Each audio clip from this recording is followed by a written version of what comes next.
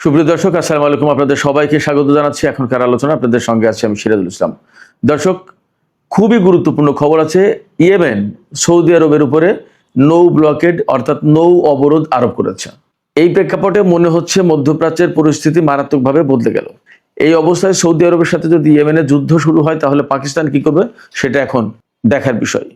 এদিকে ইরানের president Masoud Pezeshkian তিনি পরিষ্কার ঘোষণা দিয়েছেন যে আমেরিকার সাথে মূলত ইরান এখন ফুল স্কেল অর্থাৎ পূর্ণাঙ্গ যুদ্ধের ভেতরে রয়েছে এবং এই যুদ্ধের প্রেক্ষাপটে দেশের জনগণকে যে কোনো পরিস্থিতির জন্য প্রস্তুত থাকার কথা বলেছে। এদিকে ওয়াশিংটন পোস্ট, আমেরিকার খুব প্রভাবশালী পত্রিকা, সেই পত্রিকা বলছে যে আমেরিকা এবং ইরান একেবারে পূর্ণাঙ্গ যুদ্ধের দ্বার প্রান্তে। এদিকে আজকে ইরানের আইআরজিসির নৌ ইউনিট অর্থাৎ নৌবাহিনী বাহরাইন এবং কুয়েতে 3 দফা হামলা চালিয়েছে। এই হামলাগুলো মার্কিন নৌবাহিনীকে লক্ষ্য করে। 2 দিন আগে যে বলেছিল সেই ঘোষণা সম্ভবত বাস্তবায়ন শুরু হয়েছে। এপাশে দক্ষিণ কোরিয়া মধ্যপ্রাচ্য থেকে তাদের সমস্ত নাগরিকদের সরে যেতে বলেছে, চলে যেতে বলেছে। এদিকে ভারতের পক্ষ থেকে বলা হয়েছে তাদের কোনো নাগরিক যেন এই মুহূর্তে ইরান সফর না করে, অর্থাৎ ইরানে যাওয়া নিষেধ। তার মানে দাঁড়াচ্ছে পরিস্থিতি খুবই খারাপ। এই অবস্থায় তেলের দাম বেড়ে $90 উপরে চলে গেছে প্রতি ব্যারেল। আমেরিকায় তারা গ্যাসোলিন বলে, গ্যাসোলিনের দাম প্রতি গ্যালন $4 পৌঁছেছে, যেটা 1 বছর আগে এর চেয়ে অনেক কম ছিল। তার মানে আমেরিকার ভোক্তাদের ভেতরেও কিন্তু একটা মারাত্মক অসন্তোষ তৈরি হচ্ছে।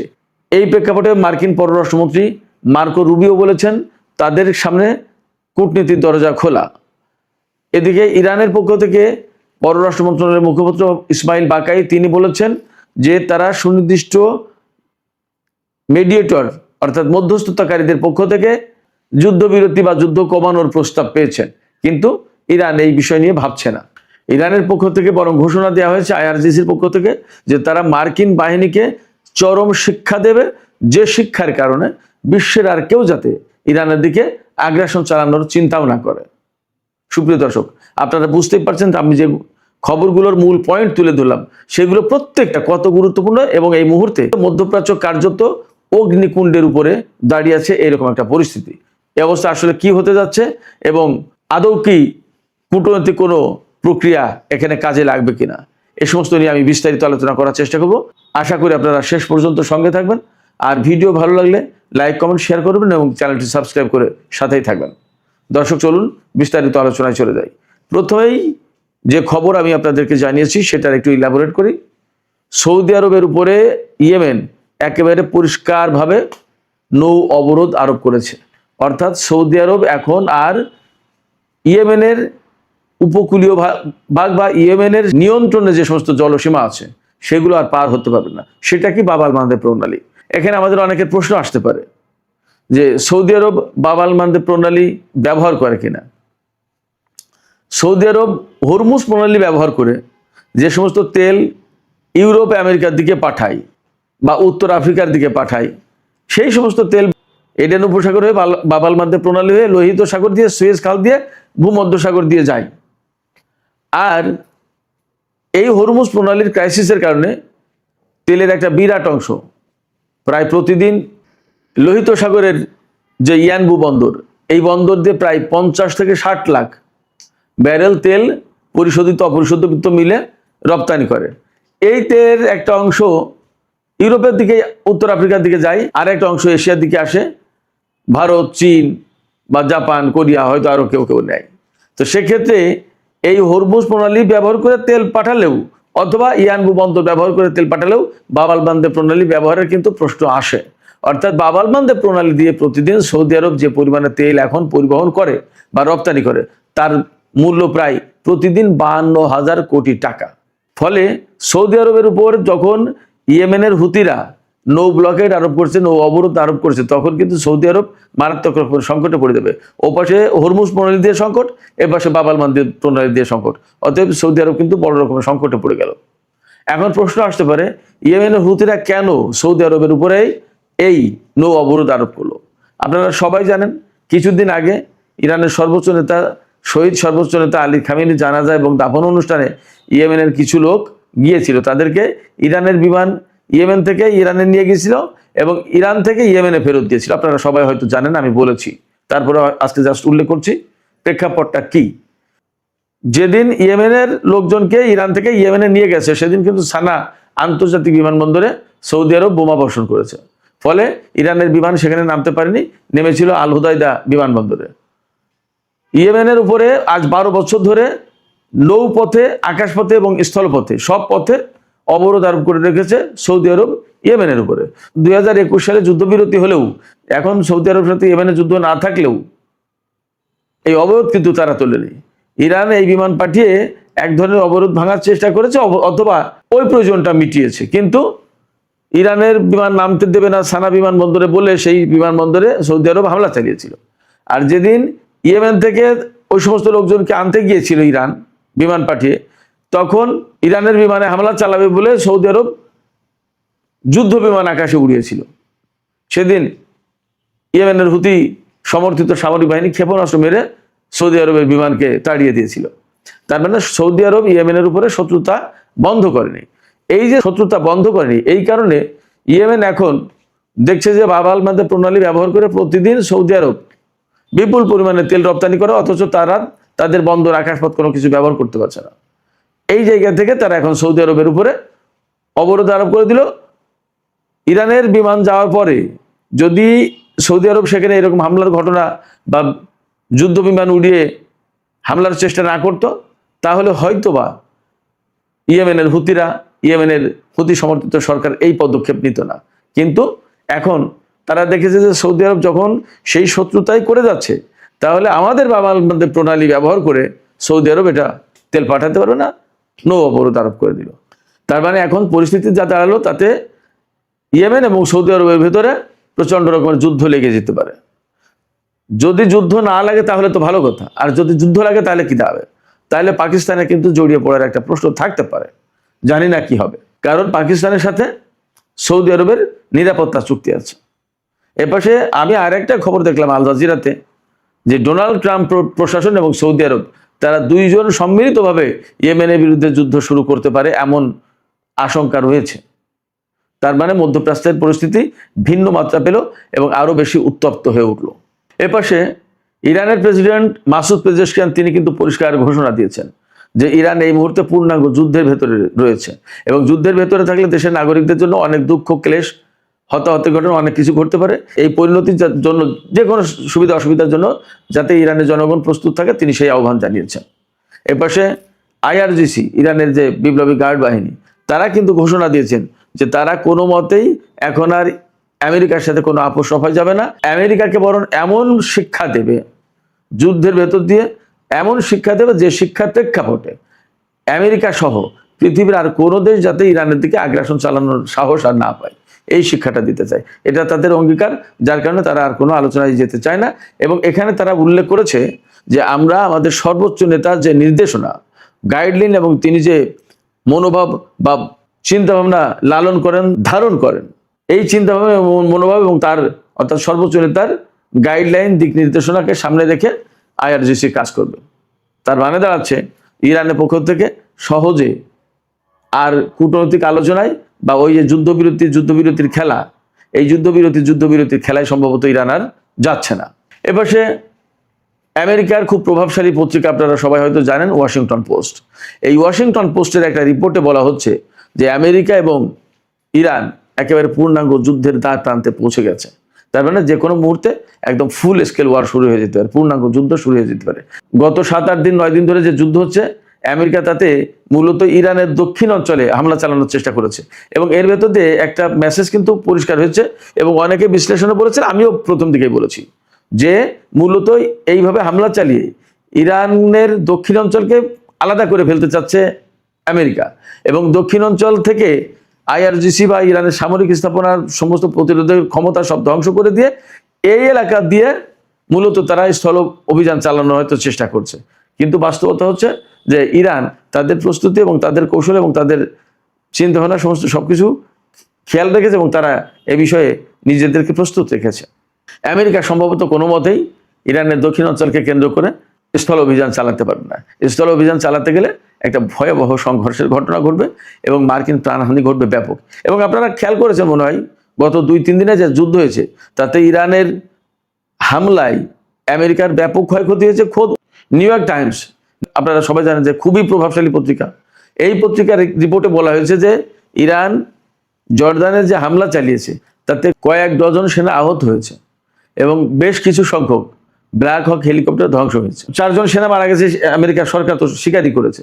ইরাকে 1 জন আর 3 জন জর্দানে। এই নিউ ইয়র্ক টাইমসও কিন্তু কবিয়ে বলছে। ইরানের পক্ষ থেকে বলা হয়েছে কি, ইরানের পক্ষ থেকে বলা হয়েছে বিশেষ করে জর্দানে ইরানের হামলায় বহু সংখ্যক হেলিকপ্টার ধ্বংস হয়েছে, বেশ কিছু যুদ্ধ বিমান ধ্বংস হয়েছে এবং KC-17, KC-135 এবং KC-46 এই সমস্ত পরিবহন বিমান এবং জ্বালানি ট্যাঙ্কার বিমান এগুলো ধ্বংস হয়েছে এবং ক্ষতিগ্রস্ত হয়েছে।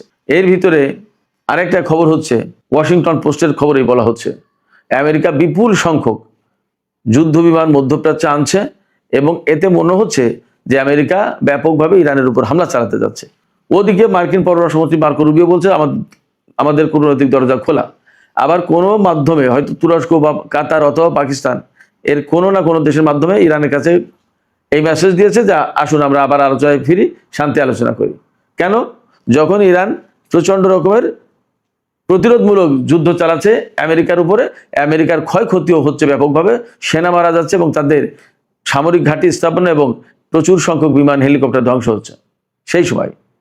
আচ্ছা, এপাশে ওয়াশিংটন পোস্টের যদি খবর আমরা ধরি, ওয়াশিংটন পোস্টের খবরে কি বলা হচ্ছে যে আমেরিকা এবং ইরান পূর্ণাঙ্গ যুদ্ধের দ্বার প্রান্তে এবং প্রচুর সংখ্যক যুদ্ধ বিমান মধ্যপ্রাচ্যে নেওয়া হচ্ছে। তার মানে কি এই সমস্ত বিমান এনে তো ইরানের উপর হামলা চালাবে। ঠিক সেই মুহূর্তে আবার ইরানকে কূটনীতির আলোচনার ফাঁদে ফেলার চেষ্টা করছে। তারা এমন মেসেজ দিতে চায় যে আমরা এই মুহূর্তে যুদ্ধ কমাতে চাইছি, অথচ ভেতরে ভেতরে যুদ্ধের প্রস্তুতি নিচ্ছে, প্রচুর সংখ্যক বিমান আনছে। এই হয়েছে আমেরিকার পরিস্থিতি এবং ইরানও সম্ভবত এর প্রত্যেকটা ব্যাপারে সতর্ক আছে, যার কারণে তারা এই মুহূর্তে আমেরিকার সাথে কোনো শান্তি আলোচনায় যাবে বলে মনে হচ্ছে না। এপাশে আমি ইয়েমেনের যে ব্লকেড সৌদি আরবের উপর, এই ব্যাপারে আমি আর একটা বিকল্প আলোচনা করি।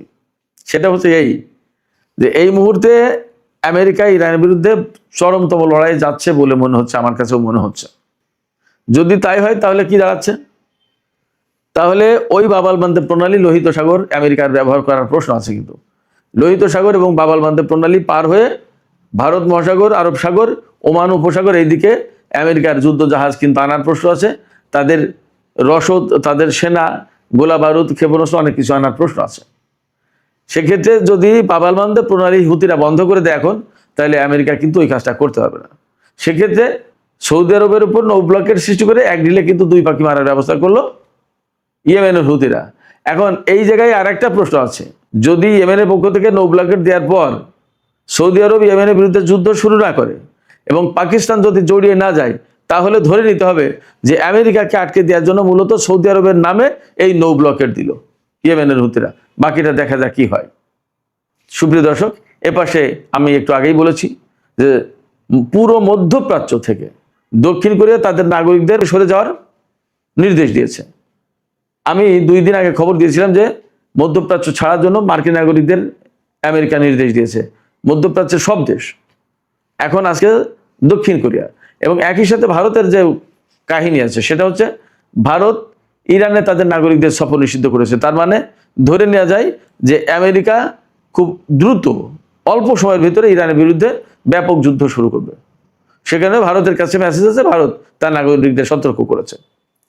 তো সামগ্রিক যে সমস্ত কর্মকাণ্ড, যে সমস্ত তৎপরতা, যে সমস্ত ভাবসাব আলাপ আলোচনা যা দেখছি, তাতে মোটামুটিভাবে খুব অল্প সময়ের ভিতরে আবার ইরান আমেরিকা পূর্ণাঙ্গ যুদ্ধ শুরু হতে পারে। এবং এই যুদ্ধ যদি শুরু হয় তাহলে আমার কাছে মনে হচ্ছে আগের যুদ্ধের চেয়ে ভয়াবহ পরিস্থিতি হবে এবং মধ্যপ্রাচ্যে অনেক বড় রকমের একটা সংঘাত সৃষ্টি হবে। এই সংঘাতে সম্ভবত ইরানের যে সমস্ত আঞ্চলিক মিত্র ফোর্স রয়েছে, ইরাক, সিরিয়ায়, লেবাননে, ফিলিস্তিনে, ইয়েমেনে, এর প্রত্যেকেও সম্ভবত জড়িয়ে যেতে পারে যদি পূর্ণমাত্রার যুদ্ধ শুরু করে আমেরিকা। তো সুপ্রিয় দর্শক, এখনকার আলোচনা শেষ করব। আলোচনা শেষের আগে এই কথাই বলি যে মধ্যপ্রাচ্যের পরিস্থিতি আসলে যে কোনো সময় চেয়ে এখন অনেক বেশি খারাপ। এই পরিস্থিতিতে হরমুজ প্রণালীতে তেল পরিবহনের মাত্রা অনেক কমে গেছে, আন্তর্জাতিক বাজারে তেল এবং গ্যাসের দাম বেড়ে গেছে। খোদ আমেরিকায় প্রতি গ্যালন তেলের দাম অন্তত $4। সেক্ষেত্রে আমেরিকা যেমন চাপে, তেমনি মধ্যপ্রাচ্য চাপে ইরানও। প্রত্যেকে যুদ্ধ পরিস্থিতিতে কেউ খুব রিল্যাক্স থাকতে পারে না, মুক্ত থাকতে পারে না। এই পরিস্থিতিতে আমরা প্রত্যাশা করি না যুদ্ধ হোক, কিন্তু পরিস্থিতি যে দিকে যাচ্ছে তাতে মনে হচ্ছে এবার হয়তো একটা চূড়ান্ত যুদ্ধই হতে যাচ্ছে। আপনাদের কি এরকমই মনে হচ্ছে, নাকি আপনারা ভিন্ন কোনো কিছু দেখতে পাচ্ছেন? মতামত জানিয়ে কমেন্টে লিখতে পারেন। আজকের এই বিশেষ প্রতিবেদনে আমরা আপনাদের দেখাবো কয়েক ডজন মার্কিন সেনা আর অসংখ্য আমেরিকান বিমান উড়িয়ে দেওয়ার এক বিশাল দাবি করেছে ইরান। ইরানের পাল্টা হামলায় আরও এক মার্কিন সেনার মৃত্যুর খবর নিশ্চিত করা হয়েছে। ওদিকে টানা নবম রাতে ইরানের উপর আমেরিকার বিধ্বংসী বোমা বর্ষণ। এছাড়াও হরমুজ প্রণালীতে আরও একটি জাহাজের উপর মিসাইল হামলা চালালো ইরান। আর পুরো গাজা দখলের ছক কষছেন ইসরায়েলি মন্ত্রী বেন গভির। তো চলুন শুরু করা যাক এই বিশেষ প্রতিবেদন। দর্শক বন্ধুরা, কয়েক ডজন মার্কিন সেনাকে হত্যা এবং বিপুল সংখ্যক আমেরিকান বিমান পুড়িয়ে ছাই করে দেওয়ার একটা বিশাল ঘোষণা করেছে ইরান। ইরানের এই দাবি গোটা বিশ্বে রীতিমতো তোলপাড় ফেলে দিয়েছে আজ। ইরানের দাবি, আজ 20 জুলাই ভোরে তারা জর্ডানে মোতায়েন থাকা মার্কিন বাহিনীর এমন ক্ষতি করেছে যা এই গোটা যুদ্ধের সাপেক্ষে এখনো পর্যন্ত সবচেয়ে বড় ধাক্কা হিসাবে প্রমাণিত হতে পারে। আর এই ক্ষতি গতকাল 19 জুলাই চালানো হামলায়ও করা হয়েছে। আজ 20 জুলাই সকালে ইরানের আইআরজিসি তাদের অফিসিয়াল বিবৃতি জারি করে। তাদের দাবি, জর্ডানে কয়েক ডজন মার্কিন সেনা মারা গেছে।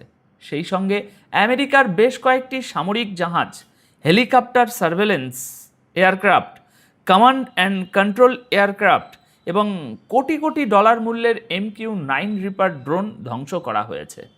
আইআরজিসির দাবি, জর্ডানের আল আজরাক এলাকায় মার্কিন বিমানের জন্য ব্যবহৃত একটা দুটো নয়, বরং 20টি হ্যাঙ্গার ব্যালিস্টিক মিসাইল দিয়ে ধ্বংস করা হয়েছে। এই হ্যাঙ্গারগুলোতে বিমান রাখা হতো, আর সেখানে থাকা কয়েক ডজন মার্কিন সেনাও প্রাণ হারিয়েছে এই হামলায়।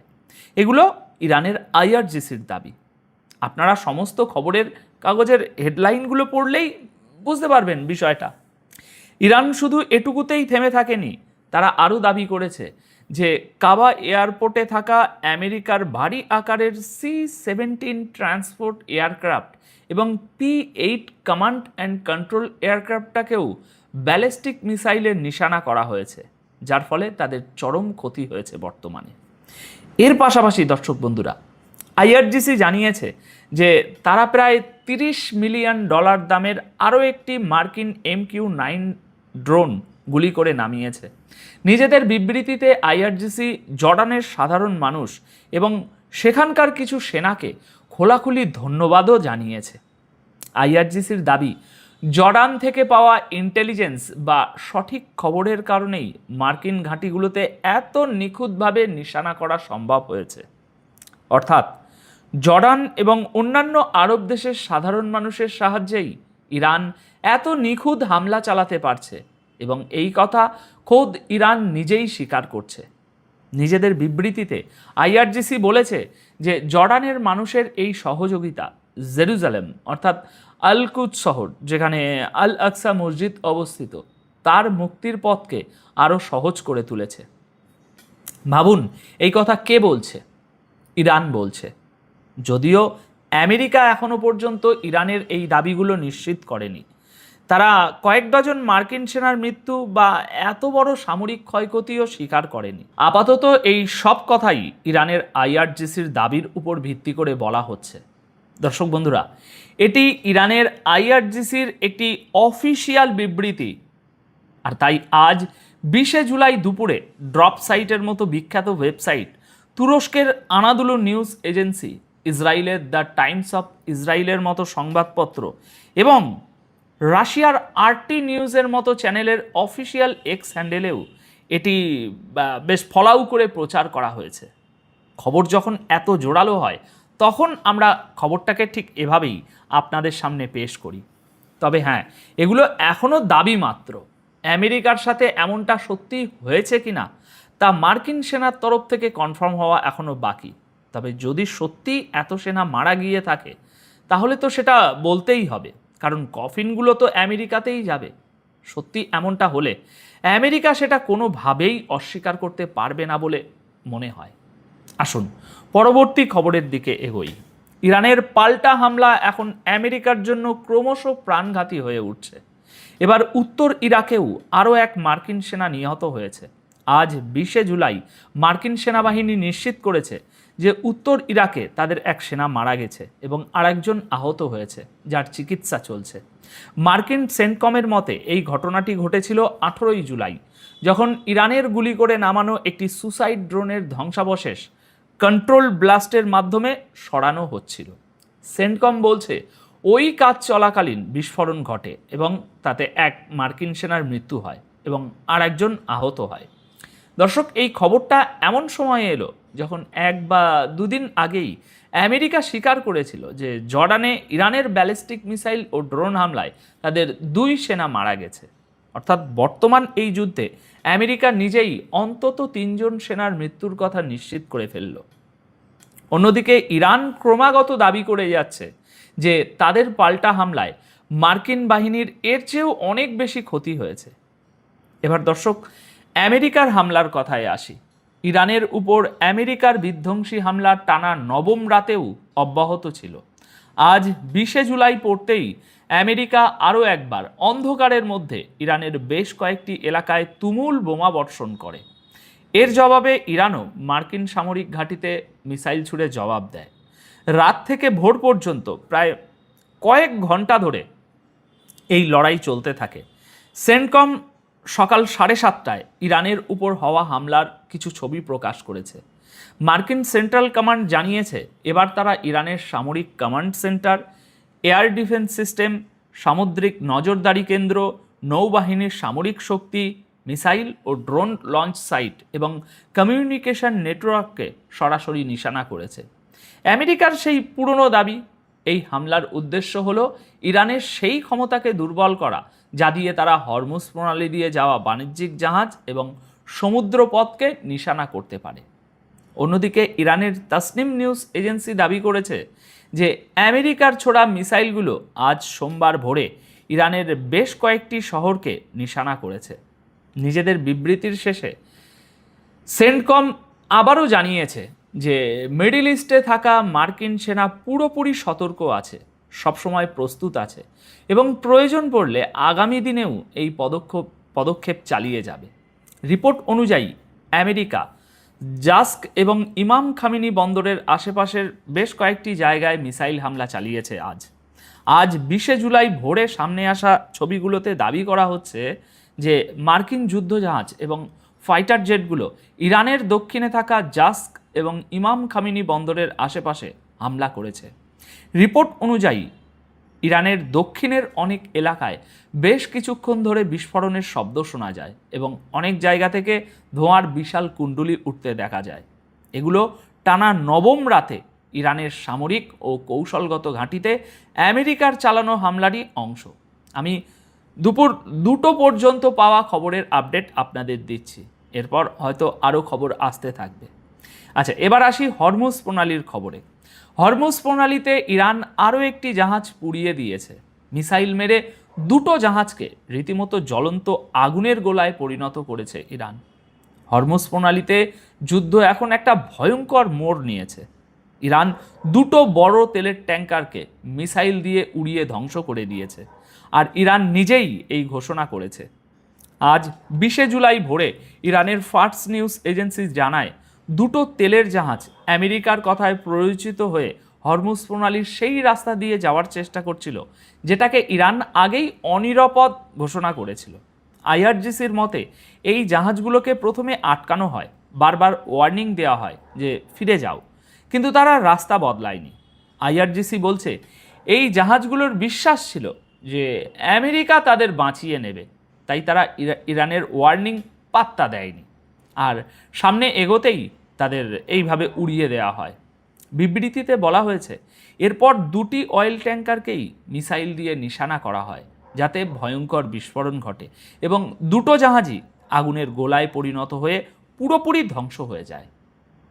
এদিকে ইউকে ম্যারিটাইম ট্রেড অপারেশনসও হরমুজ প্রণালীতে এই দুটি জাহাজের উপর হামলার খবর নিশ্চিত করেছে।